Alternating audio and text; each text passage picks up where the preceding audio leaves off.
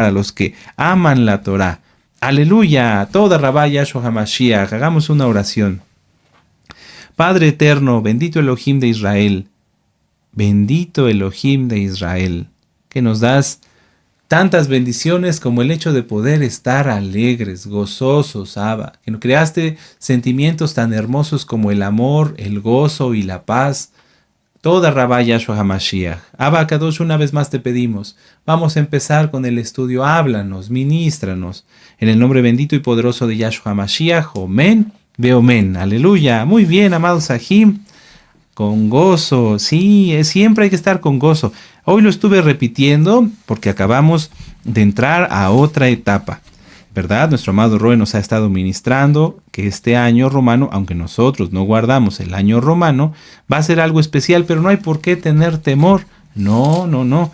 Hay que perseverar en Yahshua, hay que tener confianza en Él, no hay que perder el gozo, no hay que perder la shalom. Hay varios temas que pueden revisar.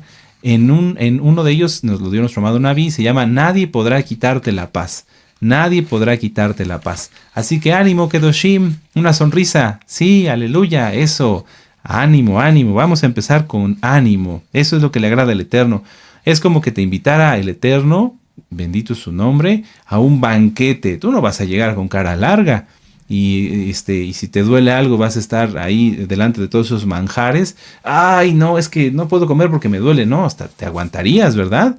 Y pedirías fortaleza para que el Eterno te permita disfrutar de ese banquete. Bueno, eso es la Torá.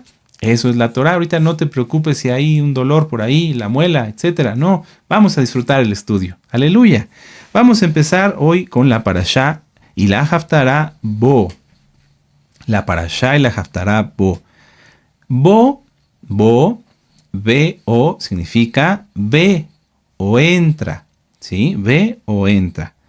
Y es la número 15 de 54 parashot, aleluya. Abarca desde Éxodo 10, verso 1, hasta el capítulo 13, verso 16. Una explicación muy importante sobre cómo guardar el Shabbat. A lo mejor tú ya llevas ciertos años guardando Shabbat, ya tienes 1, 2, 3, 10, 20 años guardando Shabbat y tal vez estés empezando a descuidar ciertas cositas como en ponerte a lavar un vaso, una cuchara, un plato, o ya te pusiste a barrer, o ya te pusiste a hacer esto. Cuidado, recuerden que la santidad del Shabbat es fundamental para ser bendecidos. Entonces repasen, por favor, yo les hago la invitación, repasen la Haftará Bo. Si te da tiempo, ahorita después de que terminemos este estudio, a lo mejor tomas tus alimentos y antes de empezar la administración, escúchala. Si te sientes cansado, puedes ponerte en un sillón y estar repasando. Es muy importante esa Haftará, es muy importante. Muy bien, entonces la Haftará es Jeremías 46, versos 13 al 28. En esta parashá encontramos entre otros los siguientes puntos. La plaga de langostas. ¿Cómo se dice langostas en hebreo? Lo vimos el año pasado. Arbe, la plaga de langostas. También se ve la plaga de oscuridad, Hoshech, ¿verdad? La plaga de los primogénitos, sí, la muerte de los primogénitos. Se ve Pesaj, aleluya. Es hermoso Pesaj. Pueden revisar la parashá también y los temas que nos da nuestro amado Naví en Pesaj. ¿Por qué digo Naví? Naví significa profeta. Nuestro amado Naví, Dr. Javier Palacios Elorio, aleluya. La salida de Israel de Egipto, amén. Y la consagración de los primogénitos. La consagración de los primogénitos, aleluya. Entonces, amados Sahim, vamos a entrar, vamos a Éxodo 10, vamos para allá, yo ya estoy aquí listo. Y vamos a ver los primeros versos. Éxodo 10, verso 1, dice, Yahweh dijo a Moisés, entra, ahí está, Bo, a la presencia de Faraón, porque yo he endurecido su corazón, recuerdan, en la parashá Vairá, y el corazón de sus siervos para mostrar entre ellos estas mis señales, y para que cuentes a sus hijos y a tus nietos las cosas que yo hice en Egipto, y mis señales que hice entre ellos, para que sepáis que yo soy Yahweh. Muy bien. Entonces vinieron Moisés y Aarón a Faraón y le dijeron, Yahweh, el Elohim de los hebreos, ha dicho así, ¿hasta cuándo no querrás humillarte delante de mí? Deja ir a mi pueblo para que me sirva.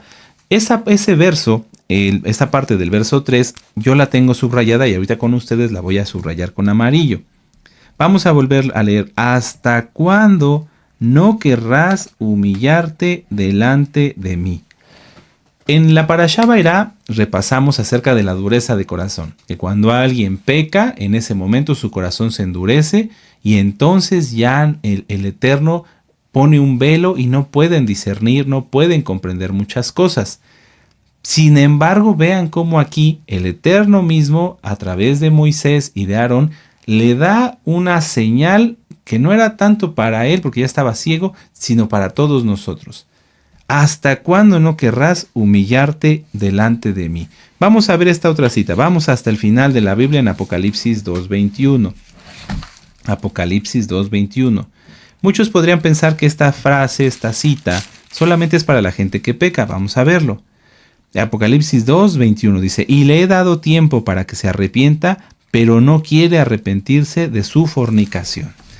Durante mucho tiempo, gracias al Eterno, he tenido el privilegio, porque ha sido un privilegio poder hablar con varias almas, con muchas almas, y poder ver en ellos cómo es que esta frase se sigue aplicando.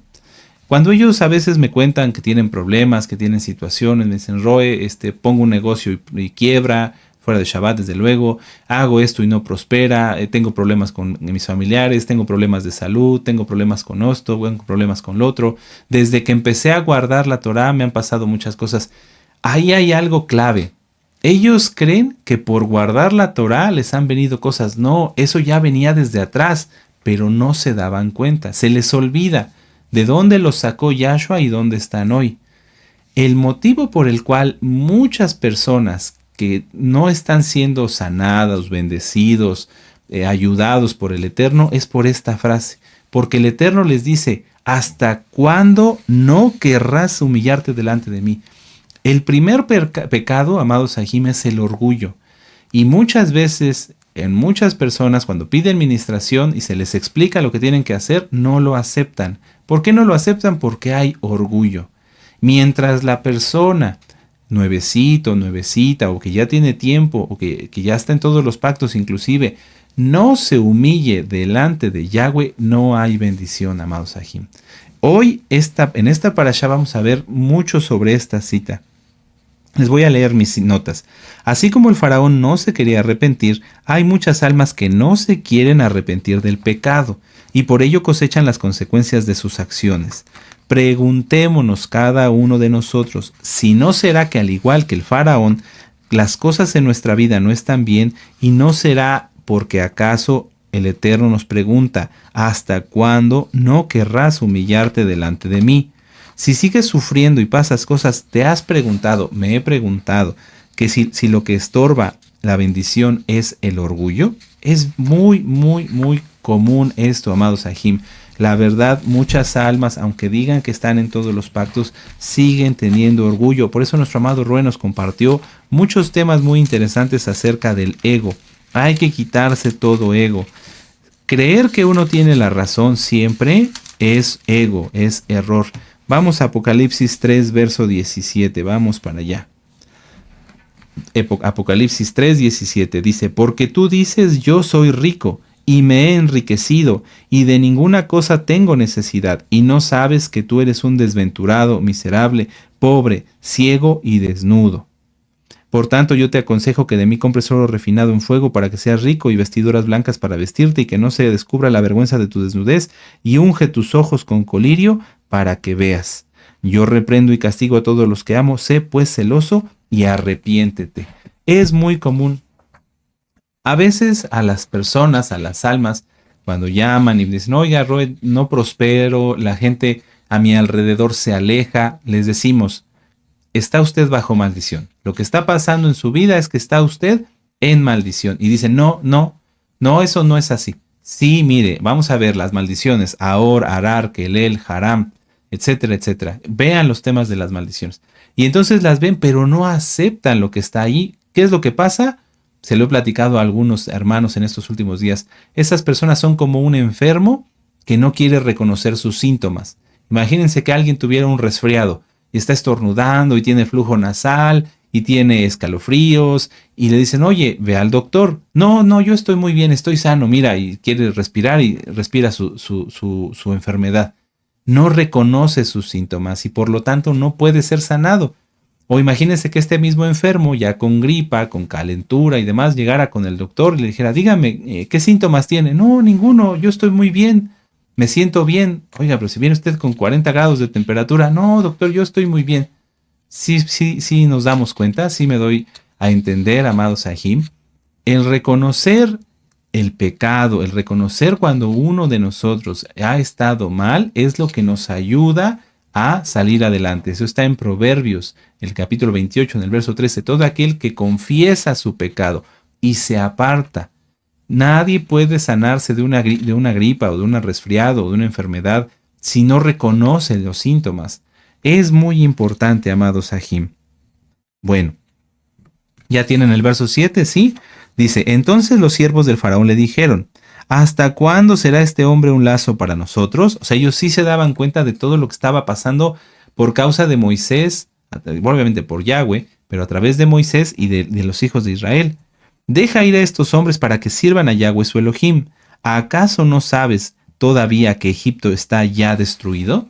O sea, los brujos, los siervos del faraón, los cortesanos, etcétera, etcétera, ellos sí se daban cuenta, pero Faraón estaba ciego. Así cega el pecado. Pero estaban ciegos, estos también, o sea, yo me refiero a los siervos, a los cortesanos, a los brujos que estaban con el Faraón, estaban ciegos. Ellos también no veían todo, pero sí se daban cuenta acerca de lo que había pasado en Egipto. Pero, seguían siendo malvados. Eso es lo que quiero aclarar. O sea, el hecho de que los brujos se dieran cuenta que lo que estaba ocurriendo en Egipto era por obra del Eterno, no quiere decir que estuvieran bien, estaban mal. Vamos a verlo. Dice entonces en el verso 7 que los brujos le dicen, los siervos de Faraón, deja ir a los hombres para que sirvan a Yahweh su Elohim. Pero mucha atención al verso 11. Dice, no será así. Id ahora vosotros los varones y servid a Yahweh, pues esto es lo que vosotros pedisteis. Y los echaron de la presencia del Faraón.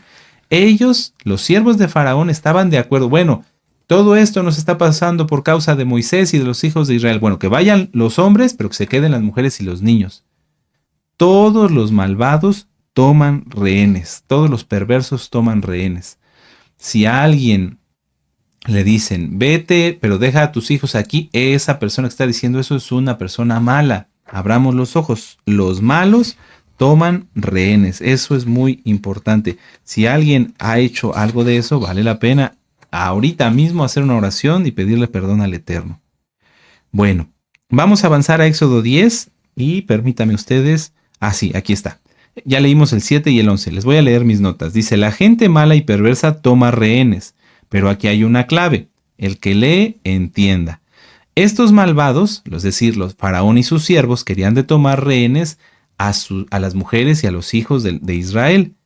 Y cuando Moisés y Aarón salieron, después de haber escuchado lo que Faraón quería hacer, vino la plaga de langostas. Vuelvo a repetir. Faraón le dice a Moisés y a Aarón, vayan los hombres, pero dejen a las mujeres y a los niños. Y los sacan de la sala. En ese momento, Yahweh empieza a enviar por medio de Moisés la plaga de Arbim, la plaga de langostas. Arbim tiene la misma raíz para langosta como para árabe.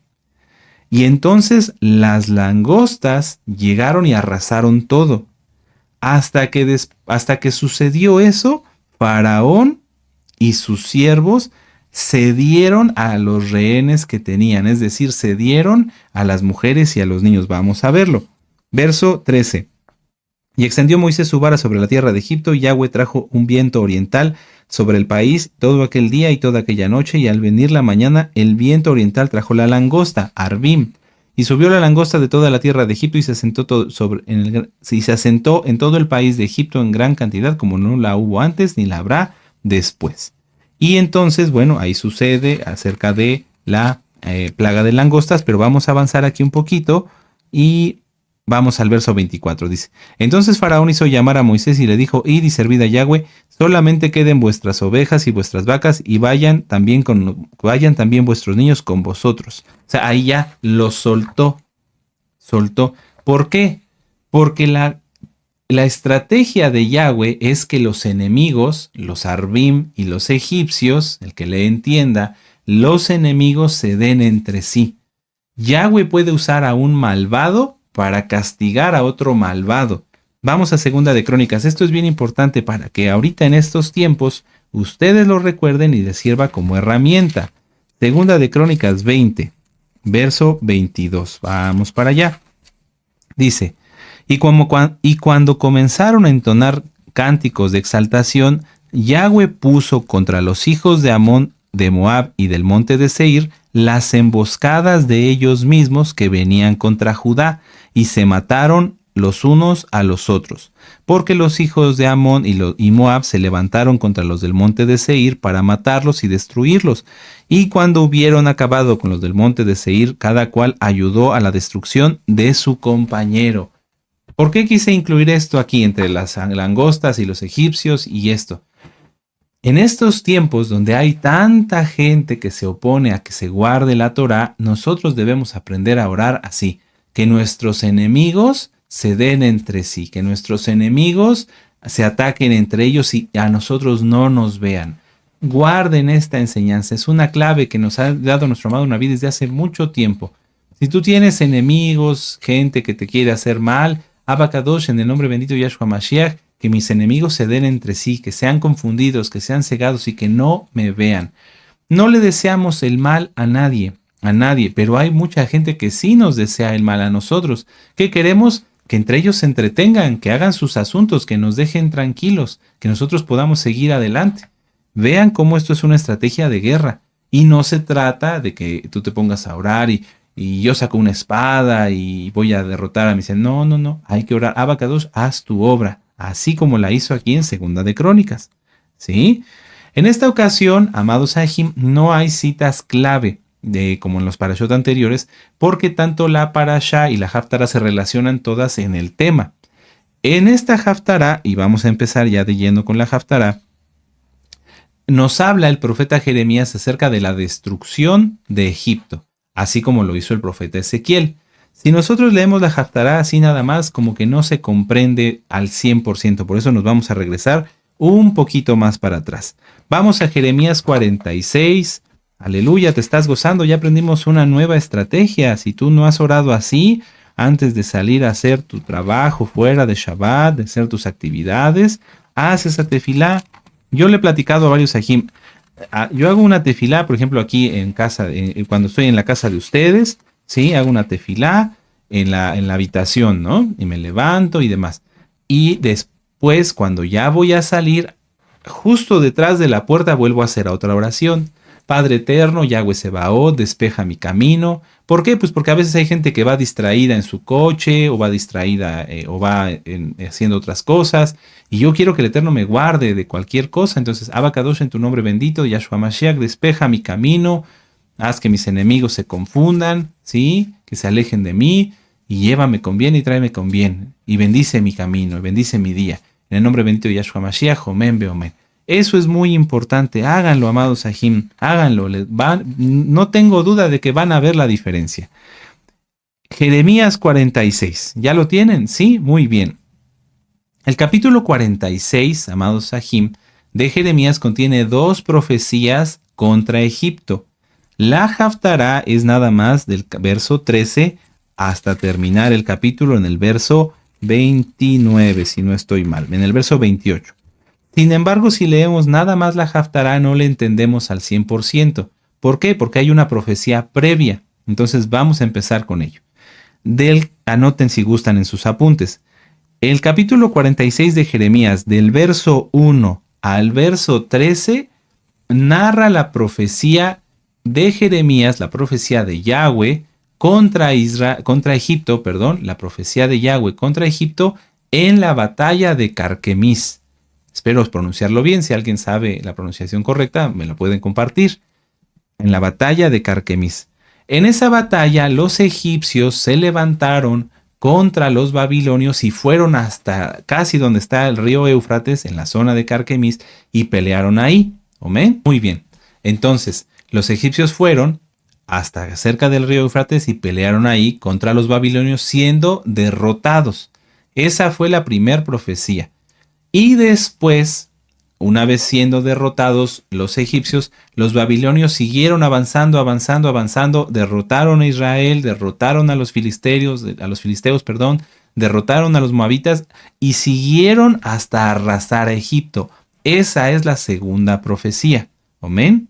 De esa es la Haftará. Pero yo quise incluir la primera parte para que podamos tener una idea completa del contexto en el que se desarrolla la Haftará. En el que la primera profecía, Yahweh hace juicio contra Egipto, hace que los babilonios los derroten como un castigo por lo que los egipcios nuevamente habían hecho contra Israel. Vamos a empezar. Jeremías 46:1. Palabra de Yahweh que vino al profeta Jeremías contra las naciones. Con respecto a Egipto, contra el ejército del faraón Necao, rey de Egipto, que estaba cerca del río Éufrates en Carquemis, a quien destruyó Nabucodonosor, rey de Babilonia, en el año 4 del rey Joacim, hijo de Josías, rey de Judá. Bueno, ¿qué había pasado aquí? Los egipcios habían querido ir hacia el norte, hacia el Éufrates, y pasar por Israel para ir a pelear contra los babilonios, a lo cual el rey Josías dijo que no. Vamos a Segunda de Reyes. Segunda de Reyes, capítulo 23. Segunda de Reyes, capítulo 23. Y entonces los egipcios mataron al rey Josías. El rey Josías fue un rey muy especial para el Eterno. Muy especial. ¿Por qué? Porque él restauró Pesach. Lo pueden ver, por ejemplo, aquí en el capítulo anterior, ¿sí? En el capítulo, permítanme ustedes, sí es el capítulo 23. Amén. Entonces fue un rey muy especial, un rey santo, un rey agradable delante del Eterno. ¿Y qué pasó?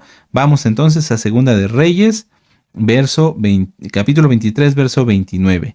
Dice, en aquellos días Faraón Necao, rey de Egipto, subió contra el rey de Asiria al río Éufrates y salió contra él el rey Josías, pero aquel, así que le vio, lo mató en Meguido. En esta ocasión los egipcios querían subir contra los asirios y entonces el rey Josías dijo no y lo mataron.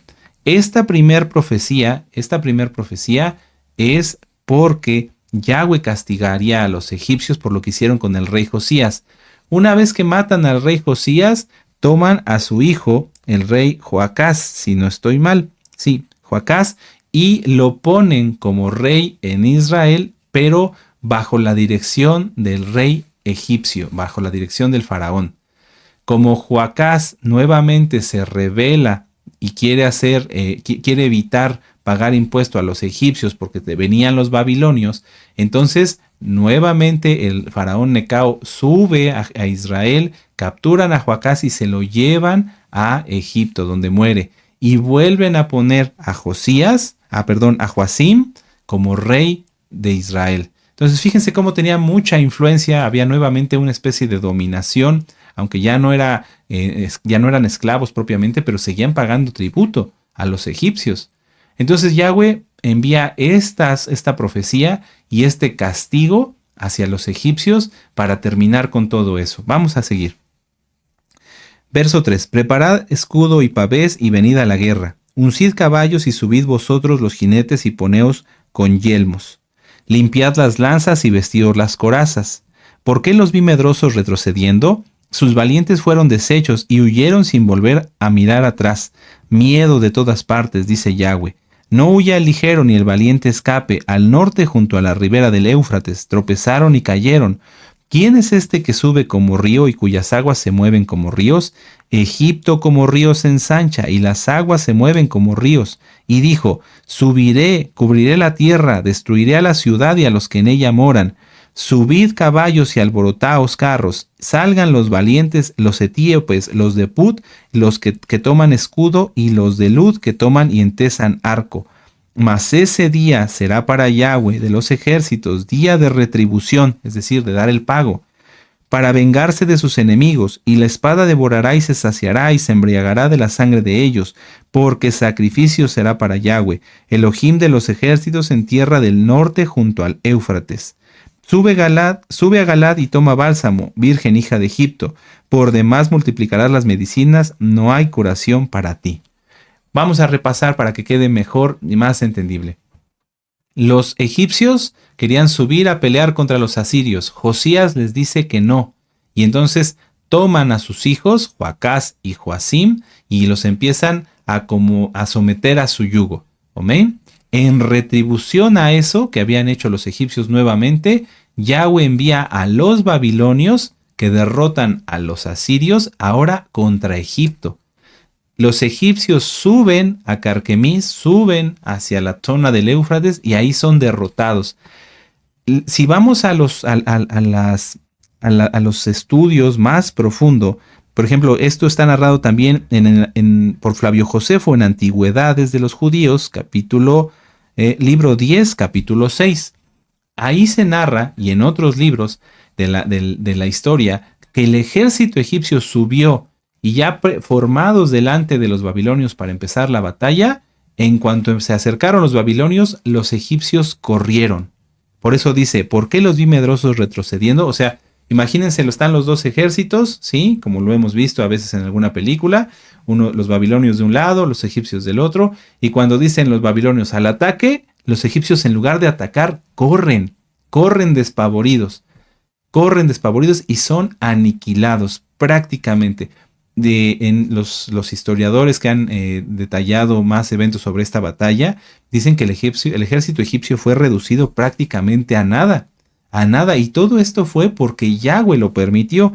Por eso vemos aquí en el verso 10, mas ese día será para Yahweh día de retribución, o sea, es decir, día de darle el pago al faraón por haber matado a Josías, por haber subyugado a los hijos de Israel. Terrible, terrible. Ahora, a mí me gusta mucho todas las concordancias, y aquí hay algo muy bonito. Cuando dice sube a Galad y toma bálsamo, como que no lo entenderíamos. ¿Por qué dice que tomaran bálsamo? Porque en Galad era una zona donde se hacían bálsamos, cremas, pomadas, no sé cómo los conozcan, que servían para sanar. Y eso está desde Génesis. Miren, vamos a Génesis 37. Es que es un banquete el estudiar la Torá. Cuando yo estaba repasando esta Haftará, no quería ni despegarme de la mesa, quería quedarme ahí. Génesis 37, 25. Y se sentaron a comer pan, y alzando los ojos miraron, y aquí una compañía de ismaelitas que venía de Galad, y sus camellos traían aromas, bálsamo, era un bálsamo medicinal, mirra, e iban a llevarlo a Egipto. ¡Qué tremendo! Y lo acabamos de estudiar. Aleluya, siempre seguir aprendiendo. Bueno, ahora, ¿Qué dice aquí, o a qué se refiere el Eterno cuando dice que suba a Galad y tome bálsamo? Por más que multipliquen las medicinas, no había curación para él, porque Egipto, Faraón, sería derrotado y destruido, prácticamente su ejército reducido a nada. Y entonces iba a ser tan escandalosa la victoria de los babilonios, o la derrota de los egipcios, que todas las naciones que confiaban en ellos, que se apoyaban en ellos, iban a escucharlo y iban a ser afrentados. Por eso dice en el verso 12, las naciones oyeron tu ofrenda y tu clamor llenó la tierra, porque valiente tropezó contra valiente y cayeron ambos juntos. Entonces ya con esto podemos entender un poquito más lo que vamos a leer ahora en la Haftará. Los egipcios habían sido derrotados terriblemente por los babilonios, y los babilonios seguían con su avance. Seguían avanzando desde el norte hacia el sur. Egipto ya no tenía ejército prácticamente. Israel iba ahora a ser azotado por los babilonios. Y entonces justamente ahí es donde vamos a empezar con la Haftará. Nabucodonosor en la historia dice que derrota a los egipcios y regresa a Babilonia un tiempo por la muerte de su padre. Una vez que su padre ya es enterrado y demás, Nabucodonosor regresa, imagínense, con más fuerza todavía, porque ya había atendido sus asuntos, su ejército había descansado tal vez un poco, y regresan con más fuerza para atacar la zona de Eretz Israel y después Egipto. En esa época, así como ahora, había muchos judíos, muchos Yehudim, que ya no vivían en Eretz Israel, sino que habían ido a Egipto por esta misma dependencia, por este mismo yugo que tenían. Y entonces el profeta Jeremías dice las palabras que Yahweh le da para que esos Yehudim, para que esos judíos, para que esos israelitas se aperciban antes de que Egipto sea destruido. Amén. Vamos a verlo. Palabras que habló Yahweh al profeta Jeremías acerca de la venida de Nabucodonosor, rey de Babilonia, para asolar la tierra de Egipto. Fíjense muy bien, amados Ajim. Esta es la otra batalla. Ahí ya Egipto no iba a ir a luchar a otro lugar, sino iba a ser invadido. Anunciad en Egipto y haced saber en Migdol, hacer también en Memphis y en Tafnes, decid, ponte de pie y prepárate porque la espada devorará tu comarca. Eso es a lo que se refiere. Ahora la guerra iba a llegar hasta la comarca, iba a llegar hasta Egipto. ¿Cómo sabemos que había judíos que vivían ahí? Vamos a regresar a Jeremías 44. Repasen el tema, el video de Jeremías. Son varios. El libro del profeta Jeremías no es cronológico en todo. Aquí los últimos capítulos van antes del capítulo 44. Pero bueno, vamos a verlo ahorita poco a poco. Jeremías 44:1. Inclusive hasta en tu Biblia puede decir Jeremías profetiza a los judíos en Egipto, ¿sí? O sea, ya había judíos que vivían ahí y después de la destrucción de Jerusalén hubo otra vez más judíos que vivían ahí. Palabra que vino a Jeremías acerca de todos los judíos que moraban en la tierra de Egipto, que vivían en Migdol, en Tafnes, en Memphis y en tierra de Patros. ¿Qué ciudades son? Las mismas que aquí Jeremías estaba profetizando que serían destruidas. Vuelvo a repetir.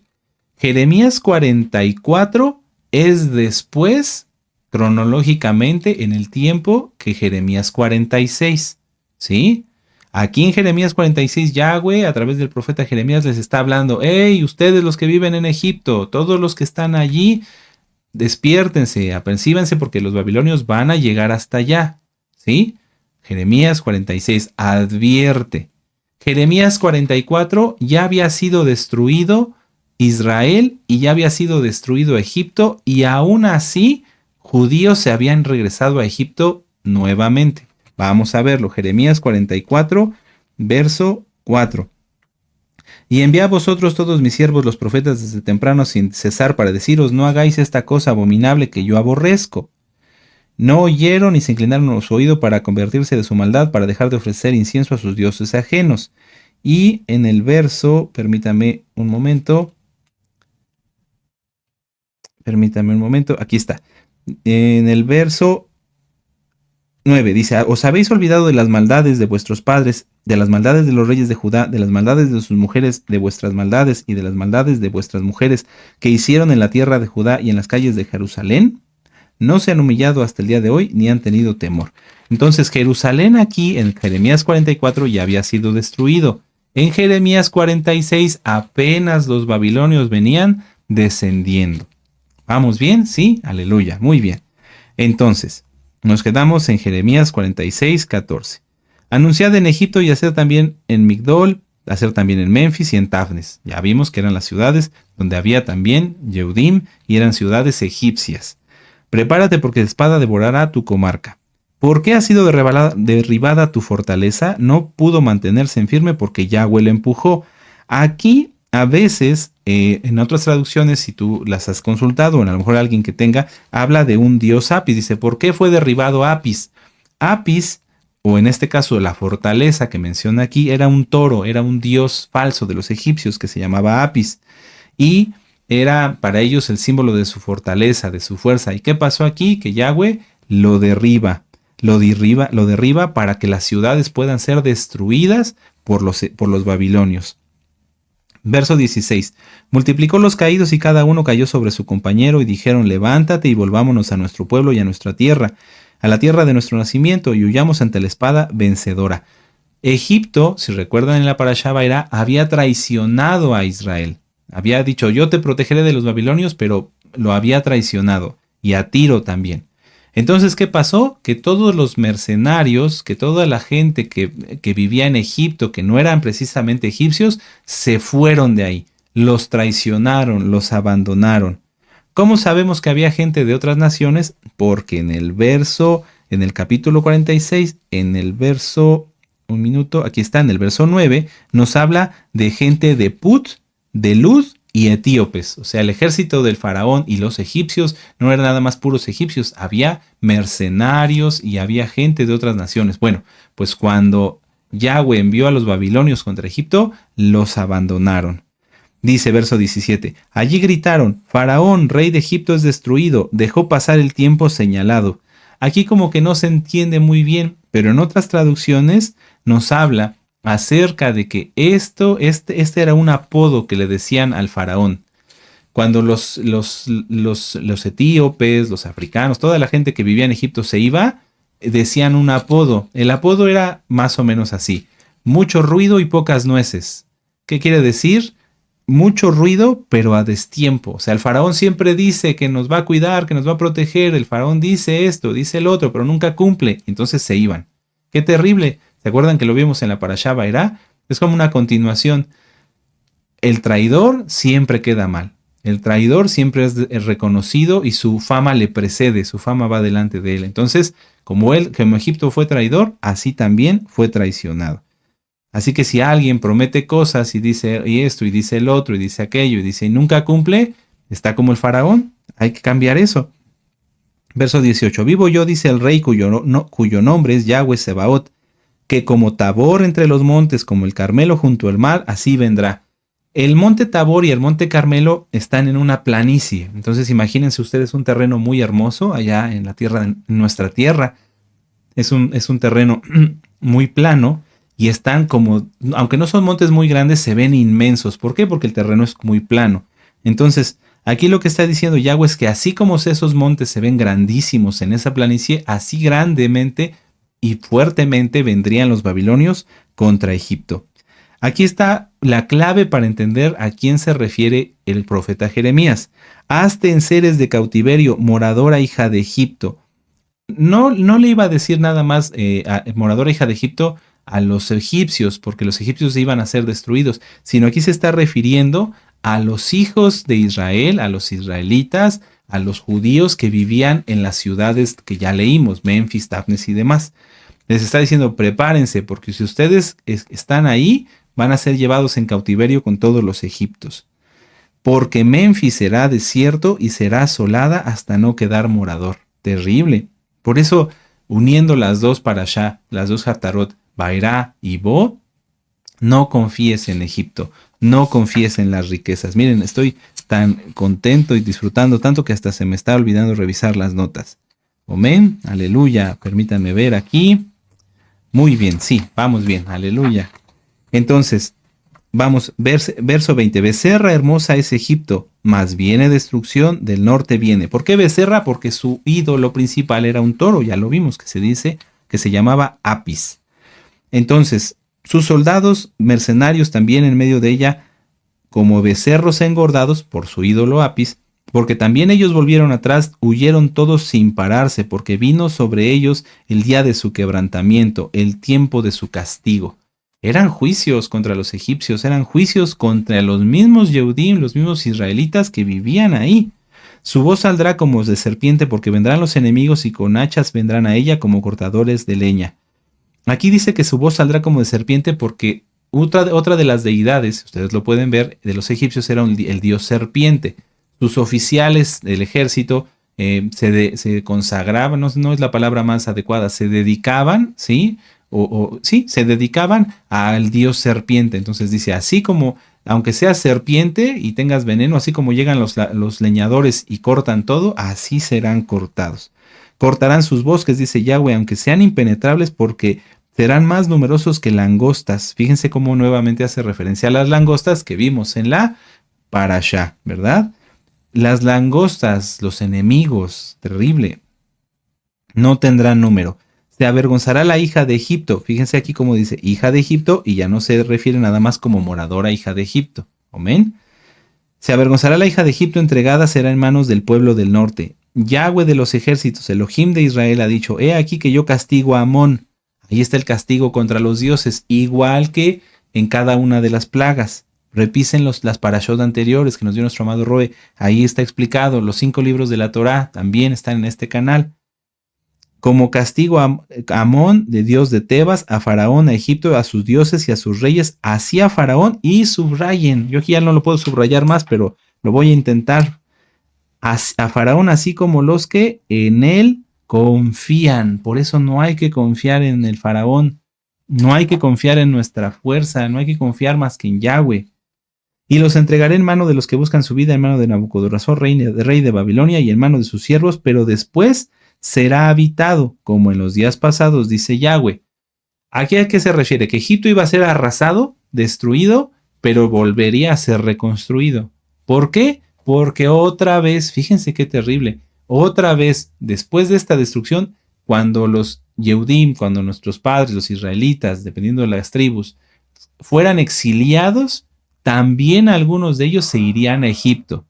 ¡Qué terrible! Eso a mí me da mucha tristeza, pero así sucedió. Por eso, en Jeremías 44, vamos otra vez para allá, Yahweh les reprocha, ¿por qué están en Egipto?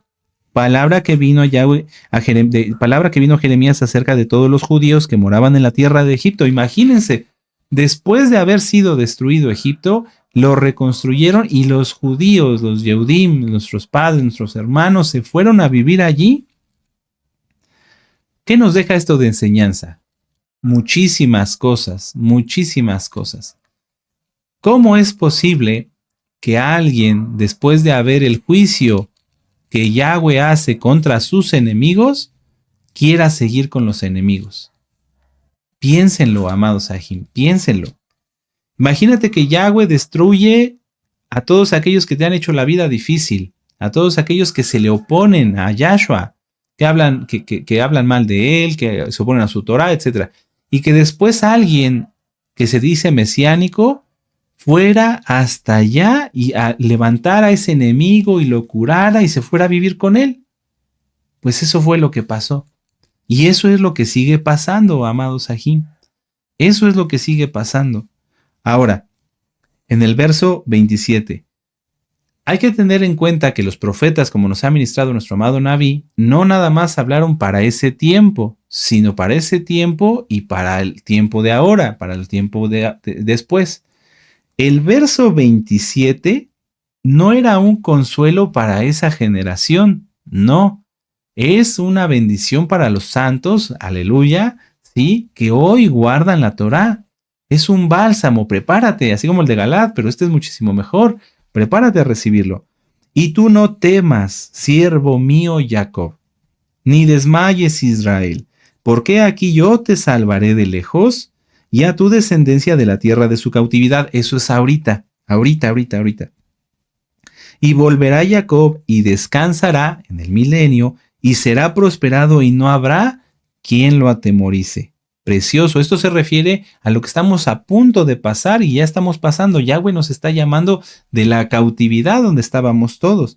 No era para ese momento. Ahora, 28. Tú, siervo mío Jacob, no temas, dice Yahweh, porque yo estoy contigo, porque destruiré a todas las naciones entre las cuales te he dispersado, pero a ti no te destruiré del todo. Es decir, Yahweh va a hacer juicio y hizo juicio contra todos aquellos que se llevaron cautivos a Israel. Recuerden que después los persas destruyeron a los babilonios y aún hoy todos los enemigos, todas las naciones que se han opuesto a Israel serán castigadas. Pero, fíjense en esta cita clave. Pero a ti no te destruiré del todo. Aleluya, o sea, Israel siempre tendrá un remanente. Siempre habrá un remanente fiel, un remanente santo. Sino que te castigaré con justicia, de ninguna manera te dejaré sin castigo. Tremendo. Si alguien ahorita, pero no está bien en su vida, no crea que se va a escapar del castigo. Es decir, aquí está un grupo de Kadoshim, ¿sí? Aquí están, y vamos a ver un color, y este es el que está mal. Entonces, ellos, pues van a ser llevados, ¿sí?, al milenio o en el Natsal, ¿sí? Vamos a ponerlo así para hacerlo más dinámico. Ellos van a ser guardados y este que está mal piensa que escondiéndose aquí atrás no le va a pasar nada, ¿sí? Hay muchísima gente que piensa en eso. Dicen, bueno, si algo pasa, yo me voy a donde están los Kadoshim y ahí el Eterno nos lleve a todos en el Natsal, o que nos lleve a la tierra prometida. No va a pasar, no va a pasar. El Eterno, cuando aunque quiera estar escondido, aunque estos sean sus familiares, cuando el Eterno haga su obra y nos lleve en el Natsal, ¿sí?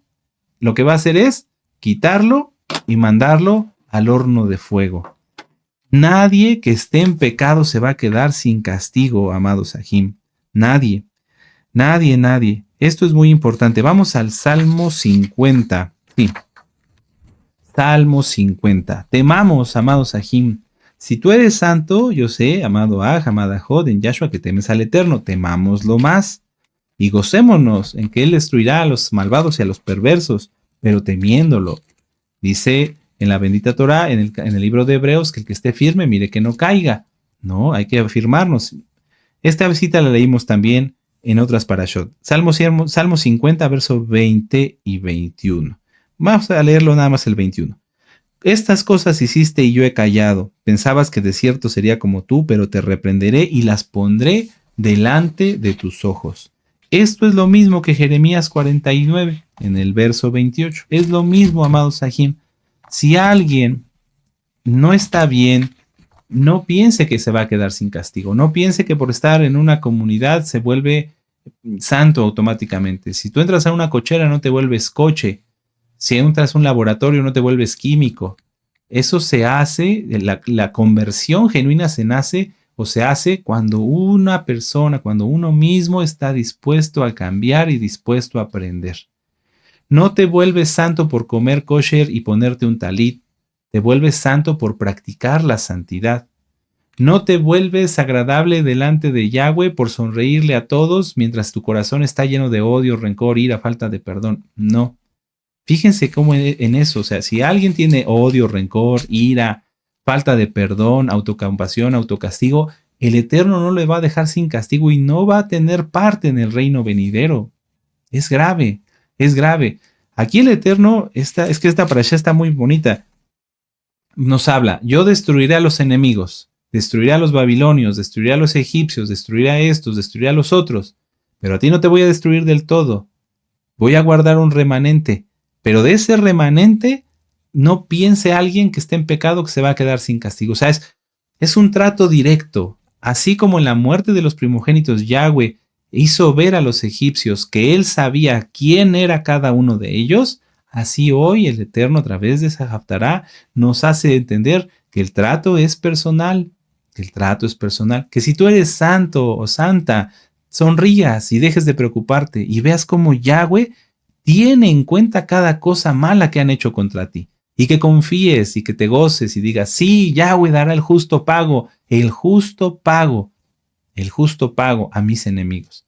Y que si tú crees que por esconderte, vuelvo al ejemplo aquí, si tú crees que no oras, no ayunas, no estudias, andas haciendo chismes, etcétera, si tú crees que porque estás en un grupo ya estás incluido, te des cuenta que no y cambies y te arrepientas. No dejemos esto en saco roto, amados Sahim. Les decía yo hace un ratito, me gustan estas parashot que nos permite el Eterno estudiar antes de Pesaj para que cuando lleguemos a Pesaj ya tengamos todo fresco aquí. Y digamos, sí, me he preparado, he estudiado, he cambiado, ya he dejado esto y tomaré dignamente de Pesaj, pero ¿cómo haciendo chisme? ¿Cómo maltratando a tu hermano? ¿Cómo haciendo todo lo que cada uno debería saber? Y si no lo sabe, es tiempo de darse cuenta que están haciendo mal en contra de la Torá y en contra de Yahshua. Vuelvo a la cita en la frase que leímos en Éxodo. Si las cosas no van bien, si ves que estás tropezando aquí, tropezando allá, tropezando acullá, que tienes problemas, que te pasa esto, pregúntate o toma estas palabras del Eterno para ti. ¿Hasta cuándo no querrás humillarte delante de Él? Y humíllate. Seamos sencillos, no pensemos que sabemos todo. Yo hay muchas cosas que no sé y pregunto y le pregunto a nuestro amado Naví y primeramente le pregunto al Eterno, le pregunto a nuestro amado Naví, le consulto a mi esposa, porque no soy sabio en mi propia opinión. Yo sé que me faltan muchas cosas por aprender y quiero hacerlo. Que todos tengamos esa mentalidad. Nadie se crea que ha llegado al nivel suficiente. Repasen las facultades del alma, profundidades del alma y de la mente. Nishma 1, Nishma 2, Malhut. Si tú ya estás en Malhut, qué bueno, pero sé que si estás en Malhut quieres más todavía, quieres tener una comunión completa como la tuvieron los siervos de Yahweh con él. Y si estás en Ishma 1, subir a Ishma 2, y si estás en Ishma 2, subir a Malhut, y si estás en 0, ponte a trabajar. Ya no falta nada, amados Sahim. Este año es algo especial.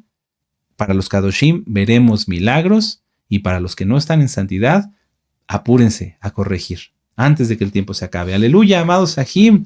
Nos gozamos en esta parashá. Sí, aleluya. La obra de Yahweh, su bendita mano poderosa a nuestro favor. Amados Sahim, vamos a darle gracias al Eterno. Hagamos una oración. Después exaltaremos y permítanme al final el privilegio de bendecirlos.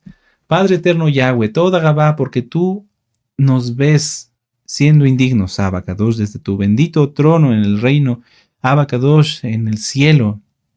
Nos ves y nos conoces a cada uno de nosotros, inclusive más de lo que nosotros nos conocemos a nosotros mismos. Y así, Abacadosh, tú ves nuestras acciones, si estamos bien o si estamos mal. Y si hay gente que atenta contra nosotros, tú les darás el pago. Pero no dejarás a nadie sin castigo. Abacadosh, que estas palabras nos inspiren más temor. Temor que es obediencia, temor que es amor, temor que es respeto hacia ti. No miedo, porque el miedo no es tuyo, pero sí el temor de hacer las cosas con toda dedicación, con todo amor. Abba, el guardar cada mandamiento, el conducir nuestra vida con cuidado, aunque vayamos más lento, pero hacer las cosas bien. Abba, ayúdanos, por favor, ayúdanos, bendito Elohim de Israel. Sigue bendiciendo a tus siervos, a nuestros amados Abacados, a nuestro amado Naví, a nuestro amado Roim. Ayúdanos, Abacados, a permanecer, a prevalecer y a seguir adelante. Danos nuevas fuerzas. Bendito Yahshua HaMashiach. Padre amado, todo lo que hemos oído lo llevaremos por obra y disfrutaremos y seguiremos aprendiendo y en este precioso Shabbat y siempre, Abacados, mientras tú nos lo permitas. Te esperamos, Adon Yahshua HaMashiach. Omen, de Omen, aleluya, aleluya. Bendito es el Abacados, bendito es Yahshua HaMashiach. Amados